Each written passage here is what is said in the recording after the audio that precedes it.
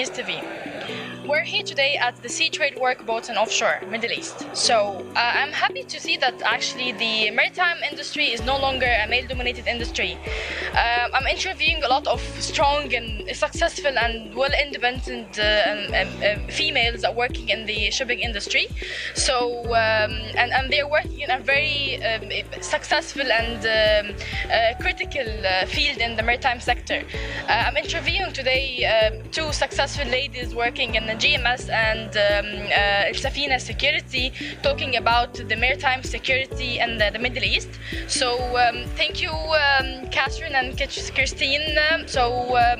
Addressing the first question today in the Middle East, the first day in the Sea Trade Middle East and Marine, talking about the rule of the new maritime security transit corridor through Morgan and Peruvian transit Gulf of Aden and Bab el Mandeb. So we're happy to have your input, Catherine, the General Manager of Safina Security, about it. So can you give please your insight about it? Thank you first of all for having us here at the Sea Trade, and I'm very glad to see you promoting the Department of Maritime Use, and I'm very proud of the new generation of females in our Vista UAE to do certain interviews in order to broadcast the awareness of the maritime security issue. As far as we know, there have been two new maritime transit corridors established through the Gulf of Aden and Bab el Mandeb Strait in terms of the latest piracy attacks in the certain areas, and as far as we know, it was established by the CMF, a Combined Maritime Force, that consists of the IRTC, International Recognized Transit Corridor, and also consists of the two-way of the TSS of the west of Hanish Islands and the IRTC. All the masters, the ship security operators and the company security operators are advised to follow the BMP4 guidelines in order to proceed further onto the established maritime security transit corridors, and preferably to have armed security guards on board. Another corridor that was established, recognized transit corridor, was in Moro Gulf and within the Philippines territory and the Basel Strait. That is an acceptance of the threat that already is existing in the Suez Sea within the Philippines department, and therefore we are advising our clients fully following the certain recommendations given, because all the attacks of 2017 highlighted the importance of robust vigilance efforts in order to eradicate the piracy threat in that area. There is also a certain legal aspect that I would like to pass to my colleague Christina from the GMS, and she will be more detailed about that matter. Christina, I think you're going to be elaborating more on the legal aspects tackling this matter, so can you please tell us more about it? Of course. Well, the main advice on this subject would be that the ship masters should definitely comply with the BIMCO guidelines in order to ensure safety at all times. And at the same time, we would urge the ship owners and the ship masters, of course, to report all incidents that are happening, especially in the Gulf of Aden. That it is the main area that faces at the moment the majority of the incidents. I would like just to point out certain things, that there are certain authorities that the masters are advised to report, though many accidents are left unreported, unfortunately, for other reasons. That is the UKMTO, the MSQA, and of course the MDAT, the Gulf of Guinea authorities. It's extremely important for the community to know what is going on within the high-risk waters. And Kate, we're lucky that last week we conducted a very effective interview with you talking about the maritime security and effective measures that actually has to be taken in order to eradicate the Somali attacks. So I'd like you to also highlight these measures because this interview will be actually released today, and we'd like also our paid audience to know more about the effective measures. Regarding the effective measures, we know that the maritime security operation is going to be conducted off Somalian coast and Socotra Gap between 14 and 28th of December, and that is a combined multinational naval forces along with the aircraft and personnel led under the Turkish CMF 151.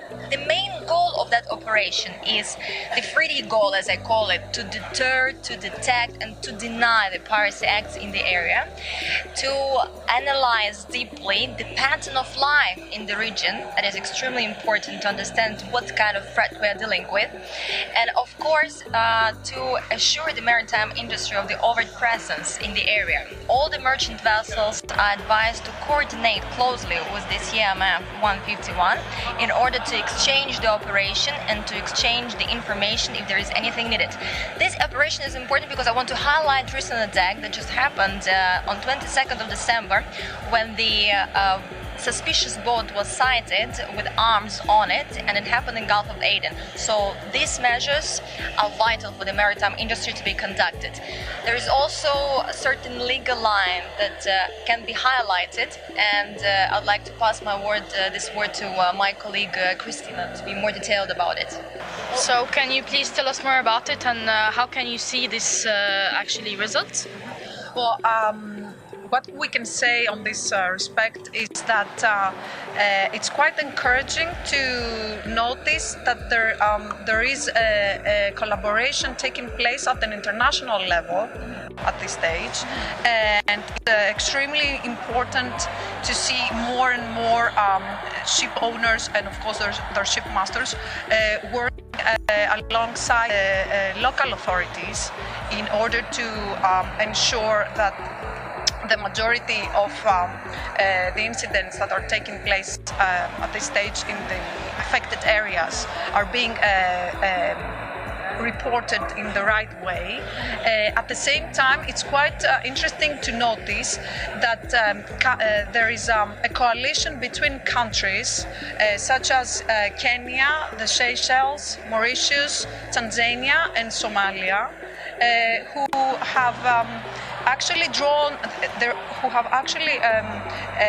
created, let's say, a common. They're working under a common legal framework in order to bring into trial the people who are committing these incidents, the pirates. Crimes, yes. And it's extremely important to find out that so far there have been almost 160 cases that have been brought into court, and apparently this is a very successful process, and we hope that this will continue. And recently the West Africa statistics attacks have been released, so what can you say about it, and also what can you tell us about the new model of piracy in the Solo Sea? I think that West Africa and Philippines are two separate piracy tendencies that also have to be discussed and analyzed deeply in order to fight with the piracy.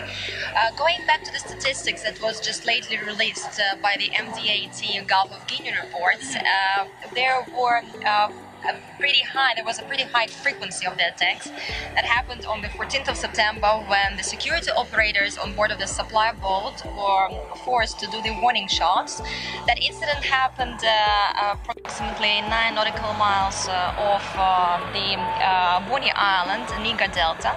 Another incident happened on the 15th of September when the armed pirates with knives and crowbars, they boarded the vessel, and what we have learned is that certain damage was caused, the windows were broken, and that incident happened approximately 6 nautical miles off Conakry. And another incident happened on the 18th of September when the mothership vessel was also boarded by the pirates, and we have seen as a result 5 crews abducted, and that incident happened off the parent island Calabar. The most breaking news that happened lately was that 6 security operators were shot dead in Velsa State. So we can see a very violent way of piracy in Nigeria at the land and at the sea. That also has to be learned by the international community in order to find the methods to fight with it. Going to the Philippines model of piracy, it's a little bit different, and nowadays I would say that it's advanced strategy to protect the ships over there, because we have to be fully approved by the Philippines Maritime Authority, that we are, to provide the security services within all the most of the ports of the Republic of Philippines, that is Bangal, Mindoro, Manila, and many others upon the client's request. And the breaking news that we just received lately is that the 6 security operators were shot dead in Belsa state. Therefore, we can see West Africa is extremely violent in terms of piracy attacks, as in the land as well as the sea. Going back to Philippines, it's accepted and acknowledged that the threat is there by the creating of the recognized transit corridor through the Moro Gulf and the Basel Strait.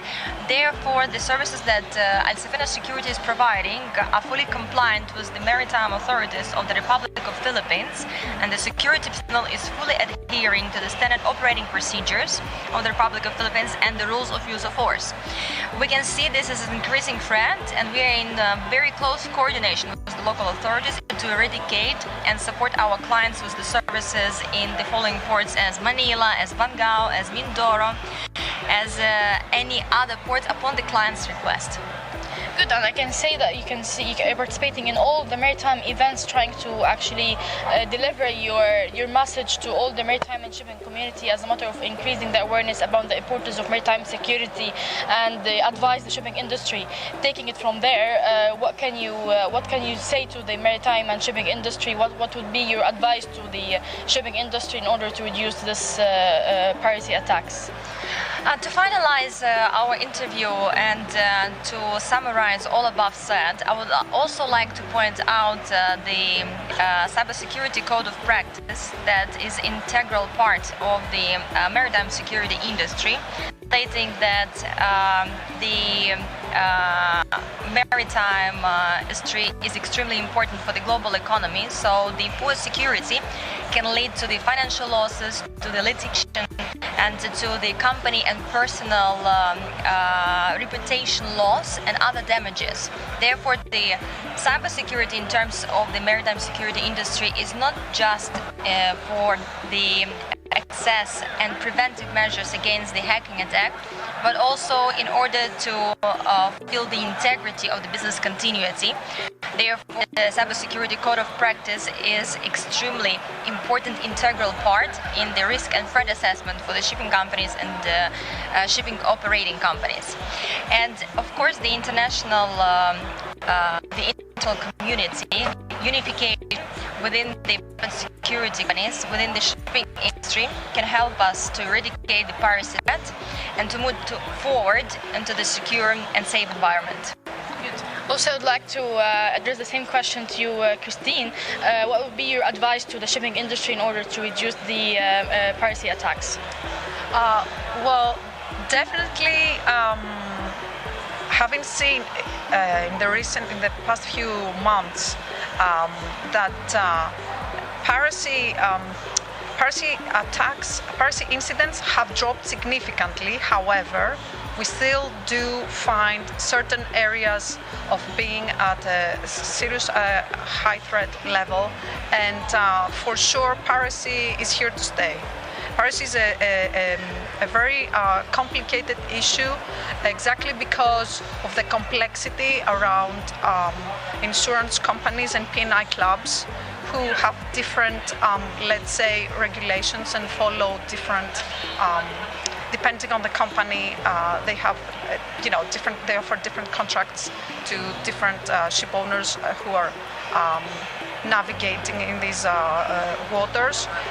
So, for sure, what can be advised is to have for all major ship owners to have a better assessment of the situation, of the routes that they're booking when they're chartering their vessels, and making sure that they have reliable partners when it comes to private security. And at the same time, they must always work closely with the local authorities when they're passing through these routes and make sure that all incidents are being reported so that the international community can keep track of these incidents and make sure that the new technologies and new approaches are being designed and implemented at all times. Thank you so much, ladies, for the interview. Thank you.